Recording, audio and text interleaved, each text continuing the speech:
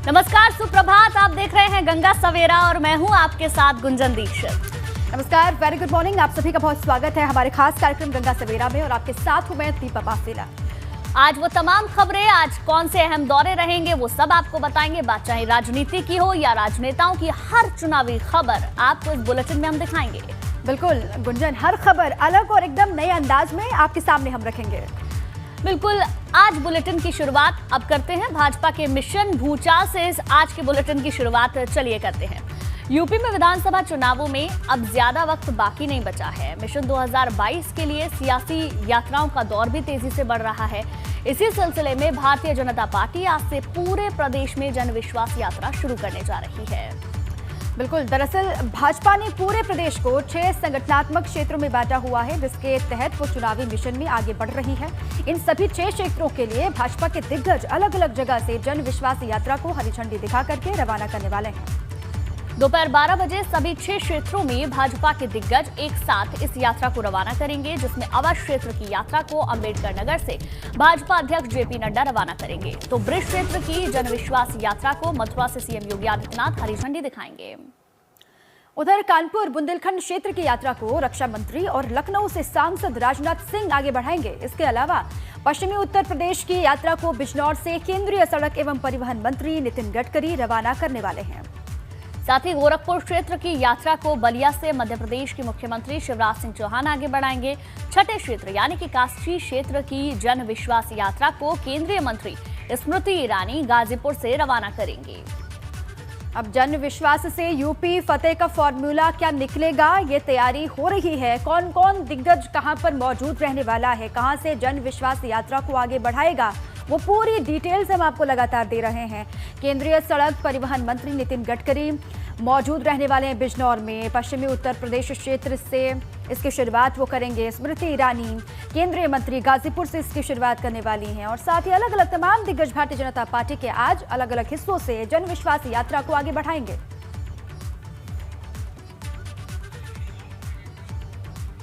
चलिए आगे बढ़ते हैं। जन विश्वास यात्रा के लिए भारतीय जनता पार्टी ने पूरी अपनी ताकत झोंक दी है। इस यात्रा के लिए खुद भाजपा अध्यक्ष जेपी नड्डा के अलावा 3 केंद्रीय मंत्री और 2 मुख्यमंत्रियों को मैदान में उतारा गया है। सिर्फ ये 6 दिग्गज ही नहीं है गुंजन, बल्कि अगर जन विश्वास यात्रा के लिए पूरी टीम की बात करें तो कुल 8 केंद्रीय मंत्री, यूपी और मध्य प्रदेश के मुख्यमंत्री के अलावा उत्तर प्रदेश के दोनों डिप्टी सीएम, साथ ही भाजपा के राष्ट्रीय अध्यक्ष जेपी नड्डा और प्रदेश अध्यक्ष स्वतंत्र देव सिंह भी मैदान में नजर आने वाले हैं। ये तस्वीरें भी आपको हम दिखा रहे हैं। आज बहुत बड़ा दिन है भारतीय जनता पार्टी के लिहाज से, क्योंकि चुनाव नजदीक है। ऐसे में लगातार कोशिशें की जा रही है यूपी फतेह किस तरीके से हो, और केंद्रीय मंत्री 8 अलग अलग हिस्सों से इसकी शुरुआत तो करेंगे। साथ में जो बड़े चेहरे हैं उत्तर प्रदेश बीजेपी के और साथ ही मध्य प्रदेश के सीएम शिवराज सिंह चौहान भी नजर आने वाले हैं। जेपी नड्डा होंगे और यूपी प्रदेश अध्यक्ष स्वतंत्र देव सिंह भी ग्राउंड पर दिखाई देंगे। वो भी इस जन विश्वास यात्रा को आगे बढ़ाएंगे। गुंजन, बिल्कुल, जन विश्वास यात्रा से क्या यूपी फतेह होगा, ये सबसे बड़ा सवाल है, क्योंकि कोशिश तो भारतीय जनता पार्टी की ओर से लगातार की जा रही है। 6 तस्वीरें इस वक्त आप अपनी टेलीविजन स्क्रीन पर देखेंगे। अंबेडकर नगर की पहली तस्वीर है, अवध क्षेत्र है, जहां से जेपी नड्डा इसकी शुरुआत करेंगे। योगी आदित्यनाथ दूसरी तस्वीरों में आपको नजर आएंगे। मथुरा ब्रिज क्षेत्र से वो शुरुआत करेंगे और लगभग बाकी की 4 तस्वीर भी आपको इसी तरीके से नजर आएंगी।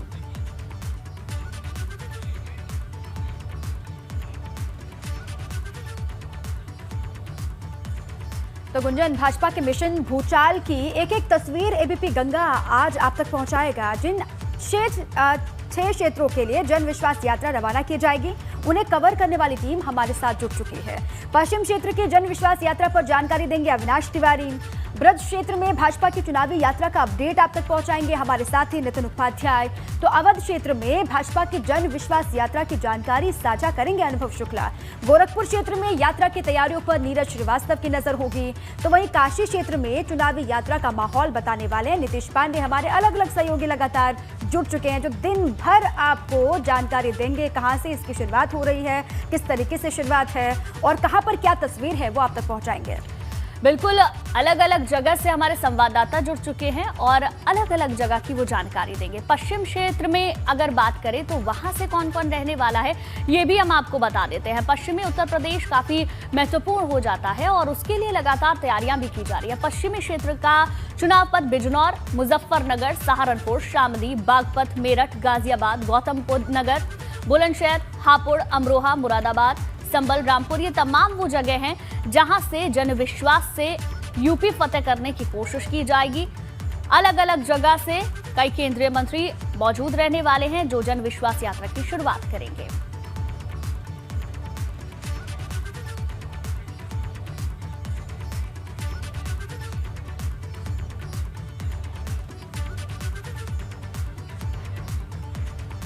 और अविनाश हमारे संवाददाता हमारे साथ पश्चिम क्षेत्र की जानकारी देने के लिए जुड़ गए हैं। अविनाश, पश्चिमी उत्तर प्रदेश काफी महत्वपूर्ण हो जाता है और जनविश्वास यात्रा वहां पर कितना काम करेगी ये देखने वाली बात होगी।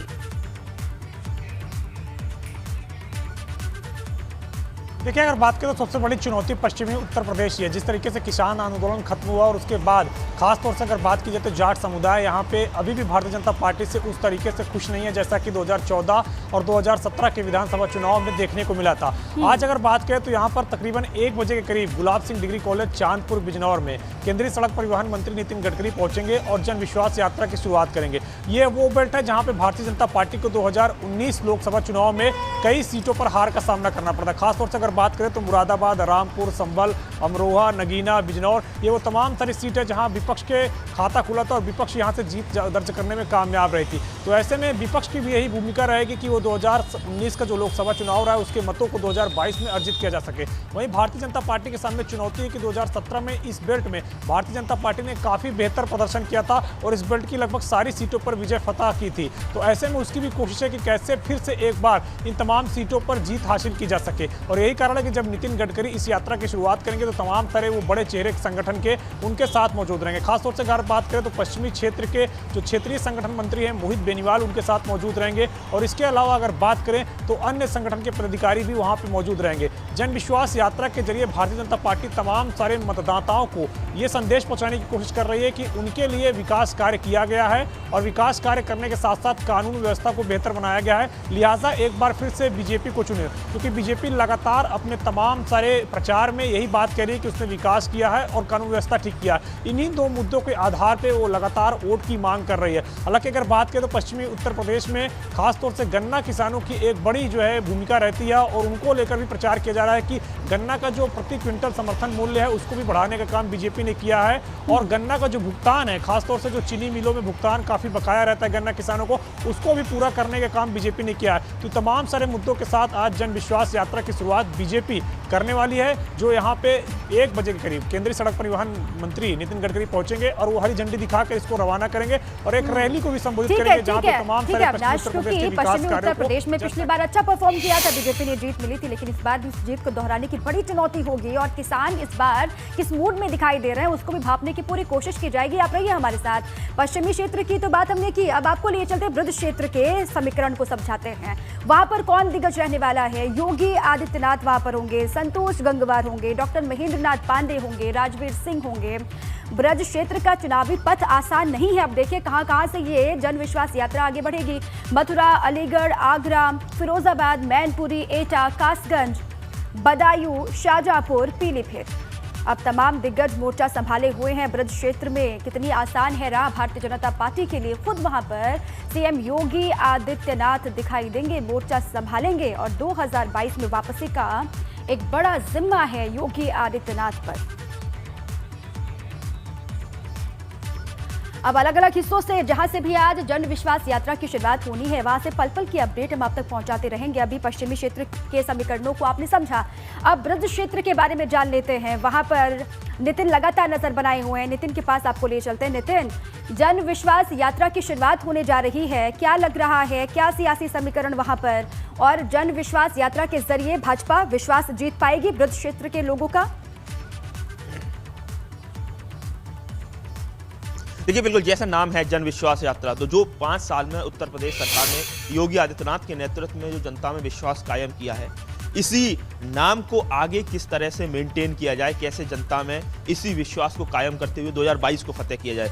और यही वजह है कि इस आज जन विश्वास यात्रा ब्रज क्षेत्र, जिसमें 13 लोकसभा 65 विधानसभा आती हैं। देखिए 2017 की बात की जाए तो ब्रज क्षेत्र में 65 विधानसभाओं में से 57 सीटों पर बीजेपी ने जीत दर्ज की थी। और ब्रज क्षेत्र एक ऐसा इलाका है कि जहां 2019 में भी लोकसभा चुनाव में 13 में से 12 सीटें जीती, केवल मैनपुरी में मुलायम सिंह यादव जीते थे।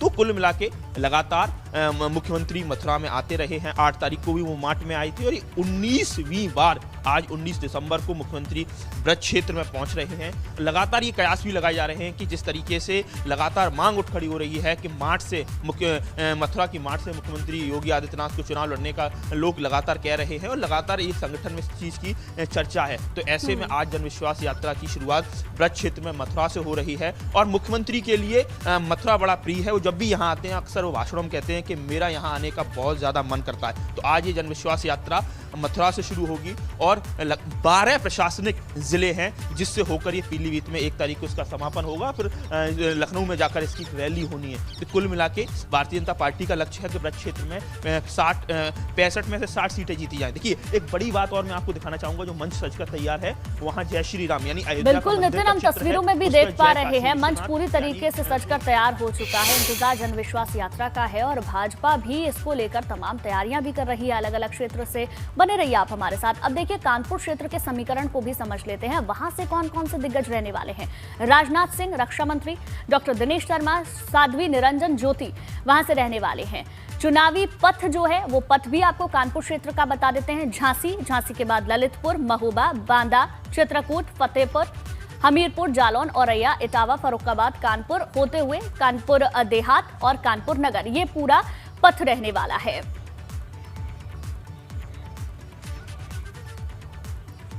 अब आगे बढ़ते हैं, आपको अवध क्षेत्र का समीकरण समझाते हैं। जेपी नड्डा यहाँ पर रहने वाले हैं, धर्मेंद्र प्रधान, कौशल किशोर यहाँ पर आज आपको दिखाई देंगे। जन विश्वास यात्रा को आगे बढ़ाएंगे। चुनावी पथ क्या है वो भी आप समझिए, चुनावी पथ भी आपको लगातार बता रहे हैं। हालांकि तमाम दिग्गज यहाँ से हुंकार भरेंगे।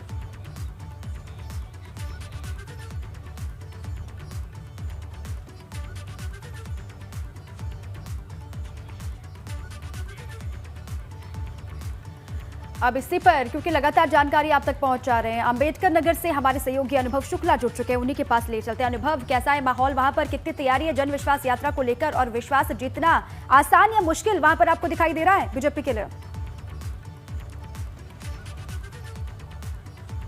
बीजेपी ने 2022 के चुनाव के लिए अपनी जो कैंपेन स्ट्रेटजी तैयार की है उसमें ये जो जन विश्वास यात्रा है ये एक महत्वपूर्ण अंग है, बहुत इंपॉर्टेंट है ये। और इसीलिए जो 6 क्षेत्र हैं, बीजेपी ने पूरे यूपी को 6 क्षेत्रों में बांटा है। हर एक क्षेत्र में एक जिला चुना है जहां पर ये जन विश्वास यात्रा शुरू हो रही है। क्यों चुना है उन जिलों को? अब अंबेडकर नगर की आप बात करिए, इसको क्यों चुना? क्योंकि महाराजा सुहेलदेव की ये धरती है, प्रख्यात समाजवादी विचारक डॉक्टर लोहिया की धरती है, इसलिए अंबेडकर नगर को चुना है। वरना तो 13 जिले आते हैं, अगर हम अवध क्षेत्र की बात करें कहीं पर भी कर सकते थे, लेकिन इसीलिए अंबेडकर नगर को चुना।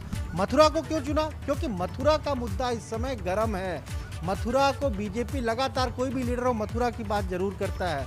बिजनौर को क्यों चुना? क्योंकि पश्चिमी उत्तर प्रदेश का एक महत्वपूर्ण हिस्सा है वो, इसीलिए इन जिलों को चुना गया है। अंबेडकर नगर से जो आज यात्रा शुरू होगी, जिसे खुद बीजेपी के राष्ट्रीय अध्यक्ष जेपी नड्डा हरी झंडी दिखाएंगे, वो अयोध्या जाएगी, गोंडा जाएगी, बलरामपुर जाएगी, श्रावस्ती जाएगी, रायबरेली जाएगी, उन्नाव जाएगी, समापन होगा लखनऊ के काकोरी में। इसी तरह जो 6 यात्राएं निकल रही हैं उनका समापन अलग अलग जिलों में होगा। लेकिन इन सारी यात्राओं के समापन के बाद राजधानी लखनऊ में एक महा रैली होगी प्रधानमंत्री नरेंद्र मोदी की।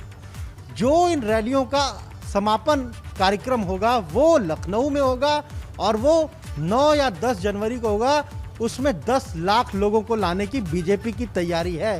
वो अब तक की सबसे बड़ी रैली होगी प्रधानमंत्री नरेंद्र मोदी की। उतनी बड़ी रैली आज तक हुई नहीं है कहीं भी, और इसीलिए जो क्षेत्रीय अध्यक्ष हैं वो भी लगे हैं, पार्टी के तमाम कार्यकर्ता लगे हुए हैं कि ये जो जन विश्वास यात्रा आज से शुरू हो रही है, ये जहां जहां जाए इसे लोगों का समर्थन मिले।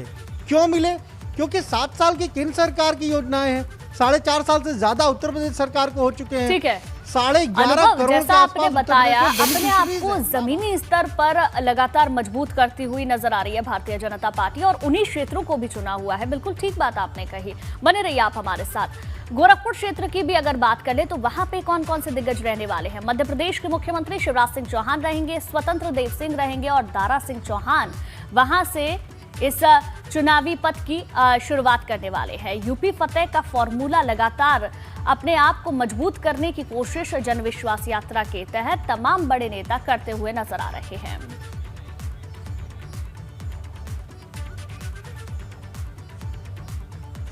और नीरज श्रीवास्तव गोरखपुर से हमारे संवाददाता ज्यादा जानकारी के साथ जुड़ गए हैं।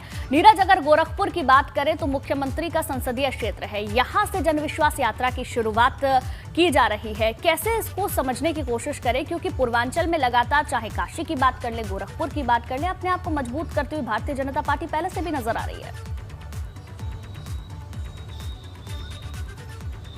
जी बिल्कुल, अगर बात करें गोरखपुर क्षेत्र की तो जिस तरह से मैदानी इलाकों में सर्द हवाएं चल रही हैं, लेकिन सियासी पारा पूरी तरह से गर्म हो गया और जो जन विश्वास यात्रा है, जैसा कि नाम से ही पता चल रहा है कि जनता का जो विश्वास है उसको जीतने की कोशिश है। और गोरखपुर क्षेत्र की जो 62 विधानसभाएं हैं, 2017 में 45 सीटों पर भाजपा ने जो है जीत हासिल की थी और इस बार जो लक्ष्य है वो 50 से 55 सीटों को पाने का जो भाजपा का लक्ष्य है उसे पूरा करना। और जो बलिया, जो भृगु ऋषि की जो धरती है और क्रांतिकारी जो वीर हैं उनकी धरती माना जाता है, वहां से मुख्यमंत्री योगी आदित्यनाथ का गोरखपुर क्षेत्र है और मध्य प्रदेश के मुख्यमंत्री यहां से जन विश्वास यात्रा को यहां से शुभारंभ करने के लिए आ रहे हैं। तो ऐसे में जो सियासी मायने हैं वो समझे जा सकते हैं और पूरी तरह से जो जनता का विश्वास है वो भाजपा जीतना चाहती है और इस बार जो 50 से 55 सीटों का जो लक्ष्य है उसे पाना है। और सबसे बड़ी बात यह है कि ये यात्रा यहाँ बलिया से शुरू होकर मऊ, आजमगढ़ और उसके बाद तमाम शहरों से होते हुए संत कबीर नगर, देवरिया और फिर गोरखपुर के बाद 3 जनवरी को ये बस्ती में जाकर संपन्न होगी। और इस यात्रा के मायने भी समझे जा सकते हैं क्योंकि बिल्कुल ठीक है, इस ठीक है यात्रा के वहाँ पर जरिए भी पूरी भाजपा कोशिश हो रही है, को पुरजोर जनता कोशिश वहाँ पर कर रही है बीजेपी और खुद मुखिया वहां से आते हैं मुख्यमंत्री योगी आदित्यनाथ, तो अपने आप में और भी अहम हो जाता है। आप रहिए हमारे साथ। अब काशी क्षेत्र के बारे में बताते हैं, वहाँ के क्षत्रप कौन है वो भी आप समझिए। स्मृति ईरानी दिखाई देंगे, स्वामी प्रसाद मौर्य होंगे, ब्रजेश पाठक होंगे जो दिखाई देंगे। जन विश्वास यात्रा की वो शुरुआत आज यहाँ से करेंगे, तस्वीरें सामने आएंगी। और काशी क्षेत्र के बारे में आपको तफसील से बताने के लिए हमारे साथ जुड़ रहे हैं हमारे सहयोगी नितेश पांडे। नितेश के पास ही आपको ले चलते हैं। नितेश, वहां पर क्या लग रहा है, क्या दिखाई दे रहा है, कैसी तैयारी है? जन विश्वास यात्रा की शुरुआत हो रही है, विश्वास जीतने में आसानी होगी बीजेपी को या फिर मुश्किलात सामने आएंगे? आपको बताऊं कि इस समय पूर्वांचल में यात्राओं का एक दौर सा चला हुआ है और इसी यात्रा को निकालकर भारतीय जनता पार्टी भी अन्य पार्टियों को जवाब देने का प्रयास जरूर करेगी। और गाजीपुर की जो यात्रा है उसमें शक्ति प्रदर्शन की संभावना पूरी है, जबरदस्त भीड़ दिखाई देने वाली है। आपको बताऊं कि गाजीपुर वो धरती है जिससे बलिया, मऊ और आजमगढ़ और इसके साथ ही प्रधानमंत्री का संसदीय क्षेत्र काशी भी जुड़ता है, लिहाजा इस जगह के खास मायने हैं। केंद्रीय मंत्री स्मृति ईरानी को यहां पर भेजा जा रहा है, लिहाजा कहीं न कहीं महिला सशक्तिकरण और महिलाओं से जुड़ा हुआ बड़ा संदेश देने की तैयारी है। लेकिन अगर पिछले चुनावों की बात कर ले, पिछले विधानसभा चुनावों की बात कर ले, तो कहीं न कहीं यहाँ पर जो सियासी जमीन है वो समाजवादी खेमे की मजबूती थोड़े तौर पर दिखाई जरूर देती है। ऐसी स्थिति में अब इस चुनाव में समाजवादी खेमे को पूरी तरह से शिकस्त देने की तैयारी है। 71 विधानसभाओं में ये यात्रा घूमेगी। कुछ दिनों पहले की बात कर ले तो जौनपुर जनपद में जिस तरह से समाजवादी पार्टी की यात्रा निकली और उसमें जो भीड़ दिखाई दी, उस भीड़ का जवाब काशी क्षेत्र की ये यात्रा जरूर देगी। तैयारी कुछ ऐसी ही है, जबरदस्त भीड़ के साथ जन विश्वास हासिल करेंगे। भारतीय जनता पार्टी के मिशन को, मिशन 2022 को जन जन तक पहुंचाएंगे। जिन जगहों का चुनाव किया गया है, जिन जिलों का चुनाव किया गया है वो अपने आप में बहुत अहम है, उसके भी सियासी मायने हैं और भीड़ जुटाने की पूरी कोशिश की जा रही है। भीड़ जुटाई जाएगी और जितनी भीड़ जुटेगी उससे कम से कम ये अंदाजा लग पाएगा कितना विश्वास है पार्टी के साथ और कितना विश्वास जीतना बाकी रह गया है। बहुत बहुत शुक्रिया आप सभी सहयोगियों काम से जुड़ने के लिए और जानकारी तफसील से देने के लिए। बिल्कुल, चलिए दीपा, मैं ग्राफिक्स के जरिए आपको दिखाती हूँ कि आज कहाँ क्या बड़ी खबरें रहने वाली हैं। बिल्कुल गुंजन, आपके पास आएंगे। बाकी चुनाव से हटकर खबरें दर्शकों को दिखानी बहुत ज़रूरी है। अब सियासी खबर हो या फिर गैर सियासी, लेकिन सियासी खबरों पर फोकस हमारी इसलिए भी क्योंकि चुनाव बहुत नज़दीक है, इसलिए बहुत ज़रूरी हो जाता है कि बड़ी खबरें क्या कुछ हैं। गुंजन। बिल्कुल दीपा, आज की जो बड़ी खबरें रहने वाली हैं वो मैं आपको बता दूं। लखनऊ से बड़ी खबर, आज सपा नेताओं के घर इनकम टैक्स रेड के मामले में सूत्रों से जो खबर मिल रही है, 200 करोड़ की टैक्स चोरी के चलते छापेमारी लगातार हो रही है। आयकर विभाग सूत्रों के मुताबिक 200 करोड़ रुपए की चोरी का ये जो मामला है, आरोपियों के तार दुबई और अन्य देशों से भी जुड़े हो सकते हैं, जो अभी तक की छापेमारी में सामने आया है। अब तक की जो छापेमारी के दौरान कई महत्वपूर्ण दस्तावेज और इलेक्ट्रॉनिक डिवाइस भी बरामद हुए हैं। लगातार इनकम टैक्स की जो छापेमारी है वो लगातार चल रही है, और उसके बाद अगर देखें तो एक्शन में भी अब नजर आ रहे हैं। बिल्कुल ठीक है। अब जिस तरीके से रेड पड़ रही है गुंजन, उसके बाद तमाम तरह की बातें भी हो रही हैं। हालांकि इलेक्शन से पहले इस तरीके से छापेमारी होना, कई मायने इसके निकाले जा रहे हैं, लेकिन असल में है क्या, क्या हाथ लगता है अधिकारियों के, किस तरीके से वो आगे बढ़ते हैं, क्या जानकारी और मिलती है, क्या डिटेल्स इसको लेकर है, इस पर भी लगातार नजर रहेगी। बहरहाल अब जो छापे पड़े हैं लगातार, उस पर कई सवाल भी दागे जा रहे हैं। ये कहा जा रहा है कि जानबूझ करके इस तरीके से छापे पड़वाए जा रहे हैं। बहरहाल आगे बढ़ते हैं।